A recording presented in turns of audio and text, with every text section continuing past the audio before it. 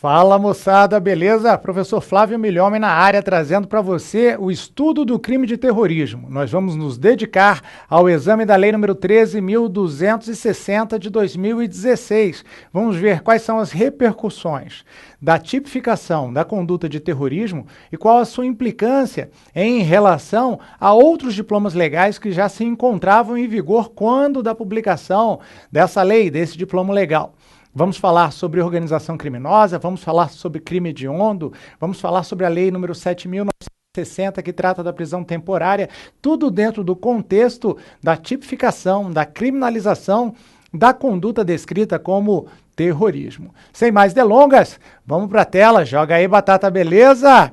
Terrorismo é a lei número 13.260/16 e você já sabe, é o Milhomem aqui no Grana Online. Nós começamos trazendo para você a previsão constitucional do terrorismo.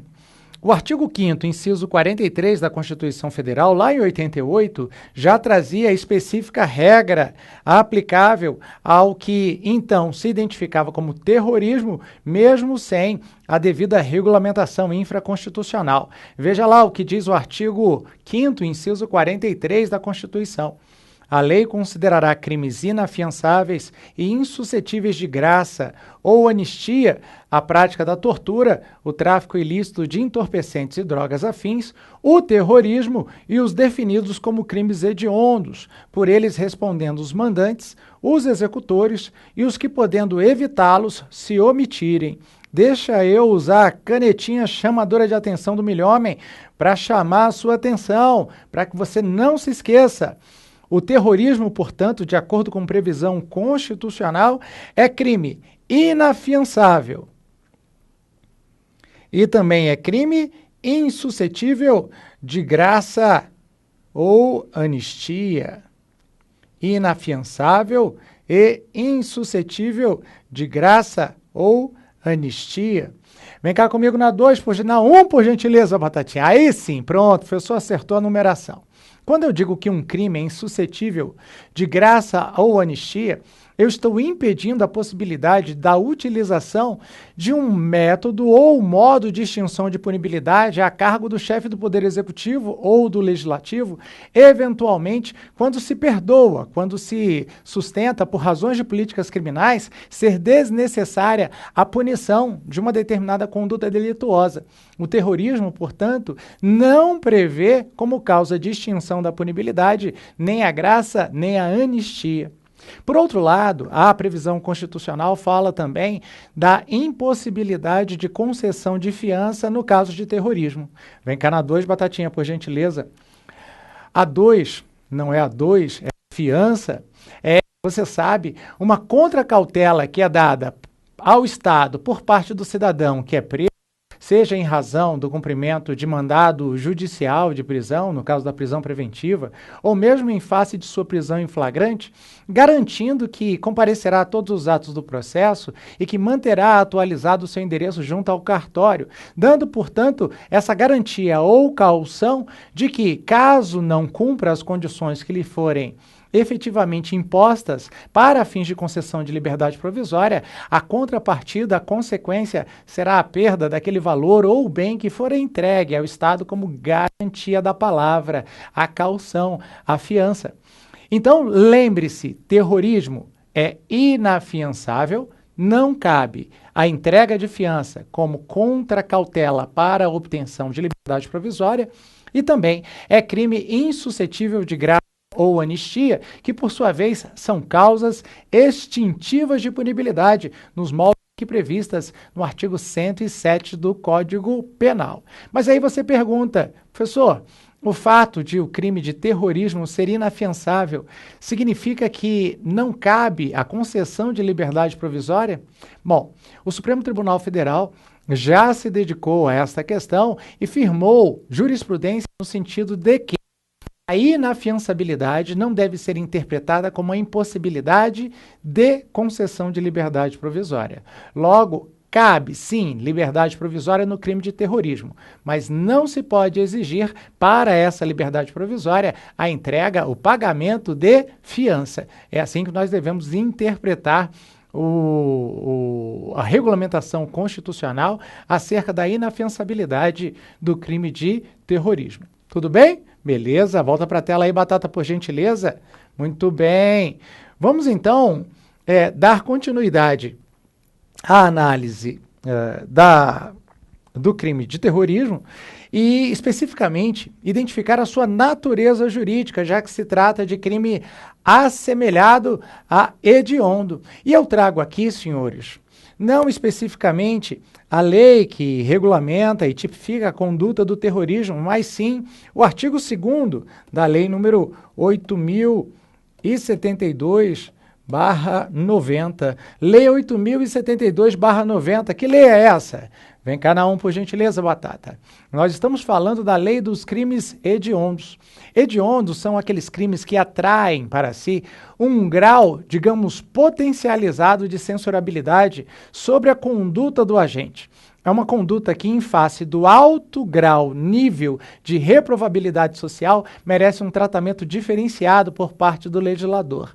Você sabe que o crime hediondo ele traz consequências processuais e consequências no que toca, no que tange à execução da pena, inclusive com a dificultação da progressão de regime em relação àqueles crimes que são considerados hediondos, e também a previsão da utilização para a execução dessa pena privativa de liberdade de presídios de segurança máxima e aplicação, muitas das vezes, do chamado regime disciplinar diferenciado. Por que nós estamos falando da Lei 8.072/90? Porque você vai ver que o crime de terrorismo, embora não se trate especificamente de um crime elencado como hediondo, ele se enquadra ao lado do tráfico de drogas como um crime assemelhado ao hediondo, merecendo o mesmo tratamento jurídico. Olha o que diz a lei dos crimes hediondos. Joga na tela aí, por gentileza, Batatinha. Artigo 2º, os crimes hediondos, a prática da tortura, o tráfico ilícito de entorpecentes e drogas afins e o terrorismo, olha lá, canetinha chamadora de atenção do milhomem, e o terrorismo são insuscetíveis de anistia, graça e indulto e fiança. Portanto, o crime de terrorismo, inclusive com previsão infraconstitucional, constante da Lei 8.072/90, é um crime inafiançável. Mas nós temos uma novidade trazida aqui pela Lei número 8.072/90. Qual que é, professor? É a previsão da impossibilidade de utilização do indulto. Vem cá na 2, por gentileza, Batata. Você viu que, pela previsão constitucional, já não caberia anistia e graça. Por previsão infraconstitucional, legal, constante da Lei dos crimes hediondos, também não cabe a chamada causa extintiva de punibilidade do indulto. O indulto, ao contrário da anistia, ela, na realidade, se trata não de uma faculdade ou poder-dever do Poder Legislativo, mas sim do Poder Executivo. Não se admitindo, portanto, em relação ao terrorismo, o perdão presidencial, o indulto que, por razões de política criminal, afastaria a responsabilidade penal da pessoa acusada de tal crime, do crime de terrorismo. Então, como é que nós ficamos em relação ao terrorismo? Não cabe anistia, beleza? Previsto na Constituição e na Lei número 8.072/90. Não cabe graça, previsto na Lei 8.072/90 e na Constituição Federal. E também não cabe indulto. Essa previsão fora incluída pela Lei dos Crimes Hediondos, a Lei número 8.072/90. De qualquer maneira, tanto do diploma constitucional quanto do infraconstitucional, na Lei dos crimes hediondos, a fiança, na realidade a inafiançabilidade, é uma característica comum em relação ao crime de terrorismo. Então anota aí, faz o seu mapinha mental, é importante, coloca um círculo com terrorismo no meio e puxa as perninhas. Não cabe indulto, não cabe graça, não cabe anistia e não cabe fiança. Isso facilita, possibilita a sua revisão na véspera da prova e solidifica o seu conhecimento. É a dica, hein? Vamos nessa, volta para a tela, por gentileza, Batatinha. Vamos agora trazer o conceito de indulto que a legislação especificamente traz, ou seja, nós estamos diante da chamada interpretação autêntica trazida pelo legislador. O artigo 2º da Lei de Terrorismo define o terrorismo da seguinte maneira: o terrorismo consiste na prática por um ou mais indivíduos dos atos previstos neste artigo, por razões de xenofobia, discriminação ou preconceito de raça, cor, etnia e religião, quando cometidos com a finalidade de provocar terror social ou generalizado, expondo a perigo pessoa, patrimônio, a paz pública ou a incolumidade pública. Vem cá na 1, por gentileza, ô Batata. É o próprio legislador que se preocupa, meu querido, minha querida, em definir o que considera como terrorismo. E a partir dessa definição, nós vamos identificar quais são as elementares, os elementos essenciais que caracterizam essa conduta proibida e que é considerada criminosa, e vamos falar a respeito de cada uma delas. Então, vamos nessa, joga na tela. Bom, comecemos a falar a respeito da possibilidade ou necessidade do concurso de agentes para o cometimento da prática de terrorismo. Olha aí o que diz o artigo 2º. O terrorismo consiste na prática por um ou mais indivíduos. Um ou mais indivíduos. Eu vou usar a canetinha chamadora de atenção do milhomem, ó. Opa, foi mal, só um instantinho, canetinha marca-texto chamadora de atenção. Um ou mais indivíduos. Vem cá comigo na 2, por gentileza, Batata. Isso é importante, professor. Sabe por quê? Porque o legislador deixa claro que o ato de terrorismo não necessariamente é um ato realizado por um grupo organizado. Existe a figura do lobo solitário, do terrorista individual.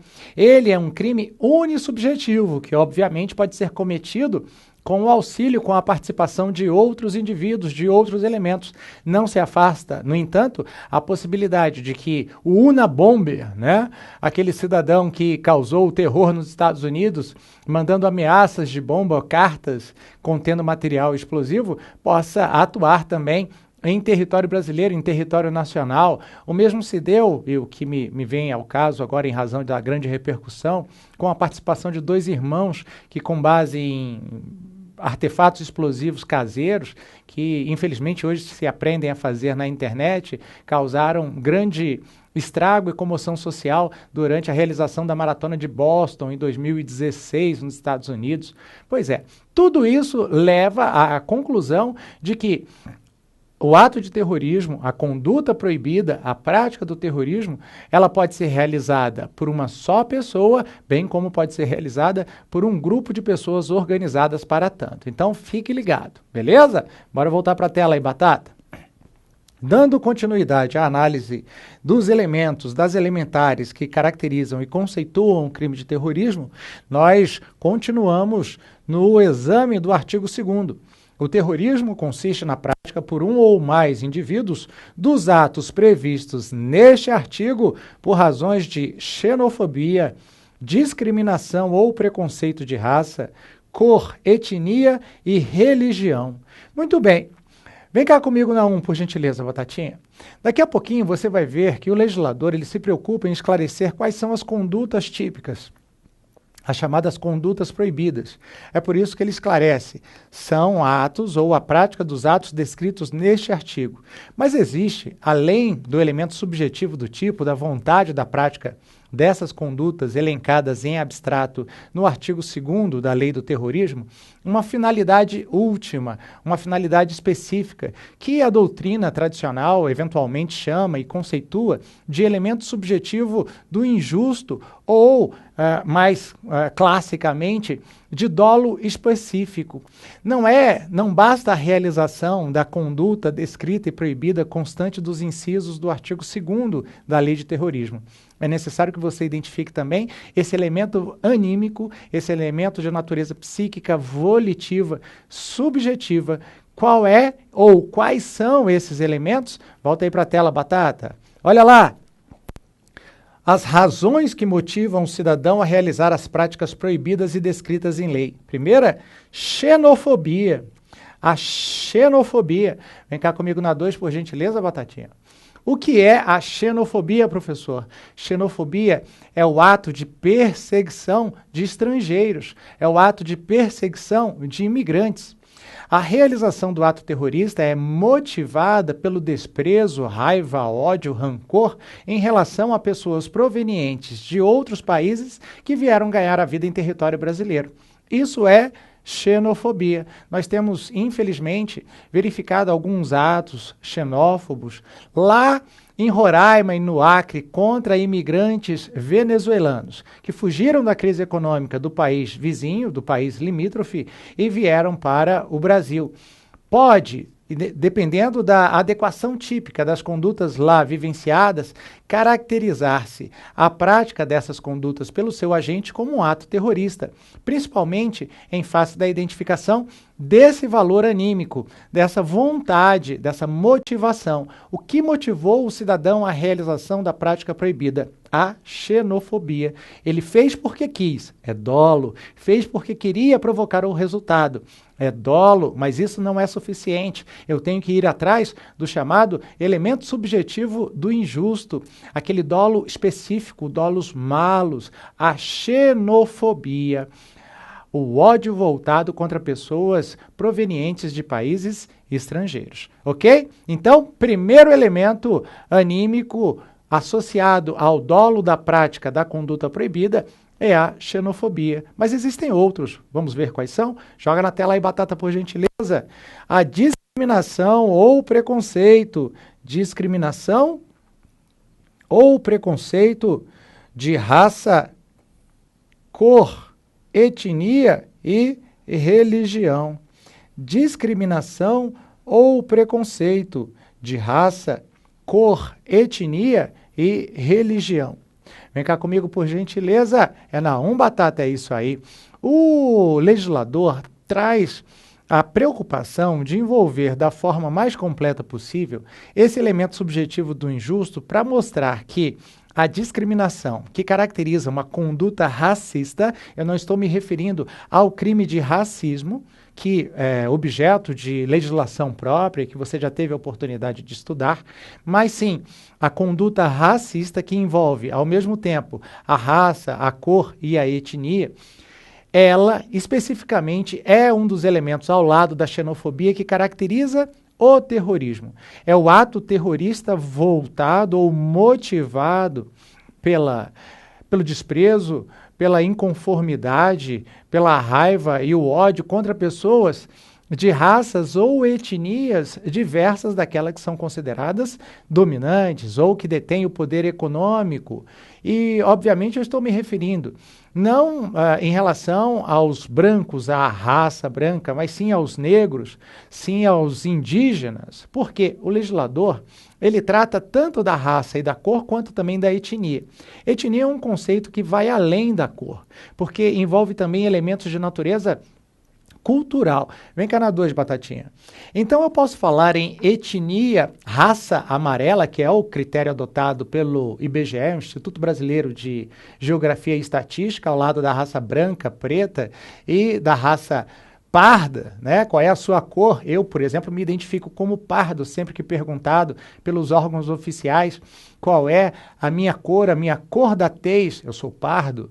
Isso faz com que o IBGE possa calcular e saber qual é o percentual de pessoas ou como é formada a sua população.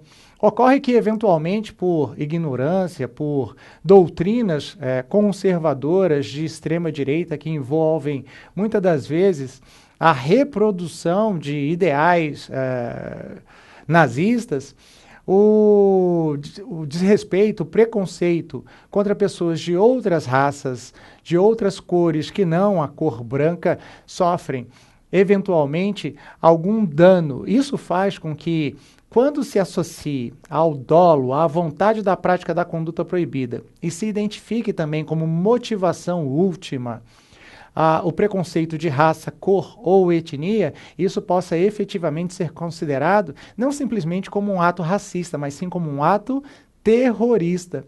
O legislador não se preocupa única e exclusivamente em identificar na motivação do agente o preconceito de raça, cor ou etnia. Ele também fala em religião.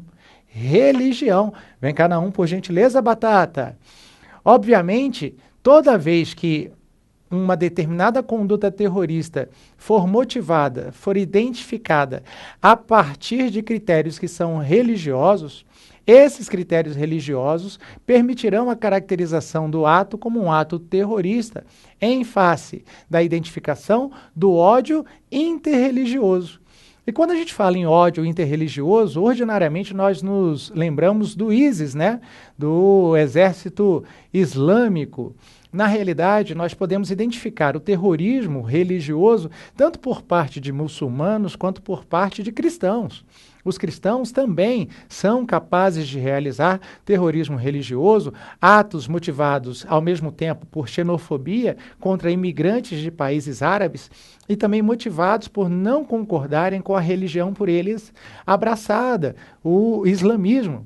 Por outra razão, no entanto, nós identificamos com alguma frequência também muçulmanos islâmicos que tratam os chamados infiéis, os cristãos, de forma a mostrar-lhes ou dar-lhes recado com conotação política, causando a destruição de cidades ou, eventualmente, de vilarejos, seja na Europa, na América do Norte, ou mesmo em países que estão militarmente ocupados, como acontece no Iraque ou no Afeganistão. Isso também caracteriza o terrorismo. Nós não devemos vincular o terrorismo religioso simplesmente à religião islâmica ou ao muçulmano, mas a qualquer tipo de religião e intolerância religiosa. O mais importante, no entanto, é que você não se esqueça que o terrorismo traz associado ao dolo o elemento subjetivo do injusto, que é ou a xenofobia, que você já sabe o que é, ou o preconceito ou discriminação de raça, cor e etnia, esta última um conceito cultural que vai além da cor da pele do cidadão, e por fim também da religião. Beleza? Volta para a tela aí, Batata, por gentileza. Então, voltando à conceituação trazida no artigo 2º, o terrorismo consiste na prática por um ou mais indivíduos dos atos previstos neste artigo por razões de xenofobia, discriminação ou preconceito de raça, cor, etnia e religião, quando cometidos com a finalidade de provocar terror social ou generalizado. Qual é a finalidade? A motivação, nós já identificamos aqui, ó. A motivação está aqui, não é verdade? É isso mesmo, professor. Muda a cor da canetinha aí, vamos mudar. Essa é a... Não mudou, não? Vai mudar agora. Muda a caneta, mudou. Essa é a motivação, tá? Motivação do crime. Xenofobia, discriminação, preconceito de raça, cor e religião. No entanto, a finalidade, né, o resultado pretendido pelo agente está aqui, ó, a provocação de terror social ou a provocação de terror generalizado. Esse é o resultado, tá bom? Esse aqui é o resultado. De um lado, motivação. O que é que leva o cidadão à prática da conduta proibida, terrorista? De outro lado, o resultado esperado por esse cidadão com a prática da conduta proibida, terrorista.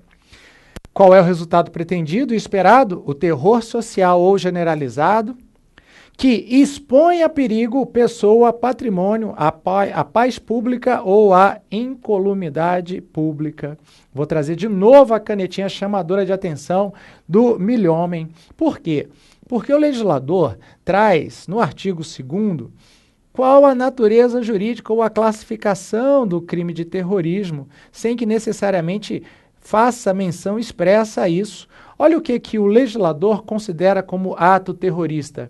Um ato que expõe a perigo pessoa, patrimônio, a paz pública ou a incolumidade pública. Vem cá na 2, por gentileza, Batatinha. Professor, por que isso é importante? Porque expor a perigo significa dizer que o legislador se satisfaz simplesmente com a realização da conduta proibida, independentemente da produção de um resultado naturalístico. Como é que é, professor? Vou te falar, vou te mostrar aqui agora. Vem cá na 1, Batata.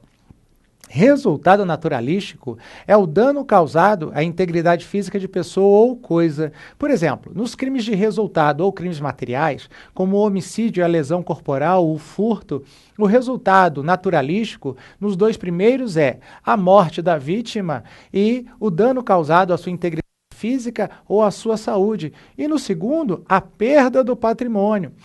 No entanto, preste bem atenção, esse resultado naturalístico ele também é composto por um resultado normativo. Isso significa dizer que o cidadão, para dar causa ao resultado material, aquele que é perceptível pelos sentidos, que eu consigo ver, ouvir, sentir o cheiro, ele antes disso viola um mandamento legal.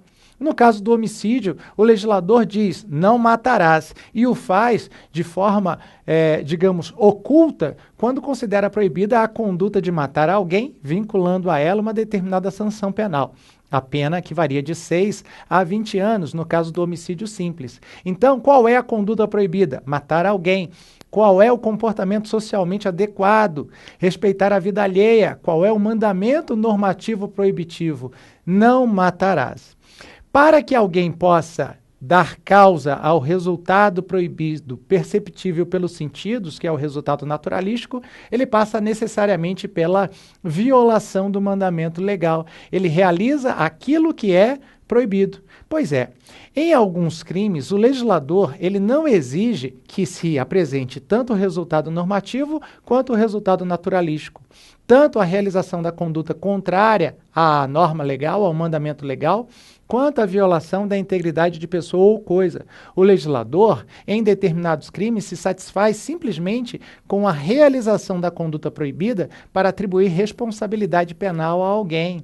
Opa, professor! Então, isso significa dizer que o crime de terrorismo é um crime que não traz o resultado naturalístico como condição para a responsabilização penal de seu autor. Não é necessário que ninguém morra, não é necessário que ninguém reste ferido, não é necessário que um prédio exploda, basta que o cidadão realize a conduta proibida.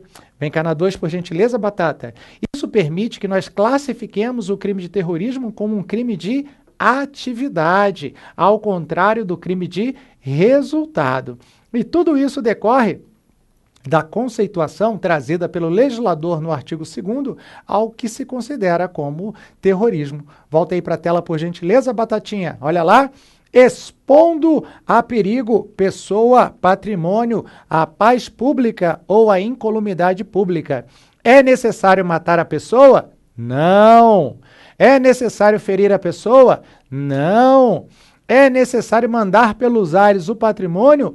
Não. Basta que haja uma ameaça à pessoa, ao patrimônio, à paz pública ou à incolumidade pública para que se reste considerado, configurado o crime de terrorismo. Beleza? Vem cá comigo na 2, por gentileza, Batata. Meu querido, minha querida, eu quero agradecer imensamente a sua participação, sua audiência qualificada e lembrar para você que aqui no Grana Online o que a gente busca é mudar vidas, a começar pela sua. Então, coragem, determinação e teimosia. É isso que o Milhomem adverte e deseja que todo dia você acorde com essa vontade, a vontade de se tornar uma versão melhor de si mesmo. Até a próxima, valeu!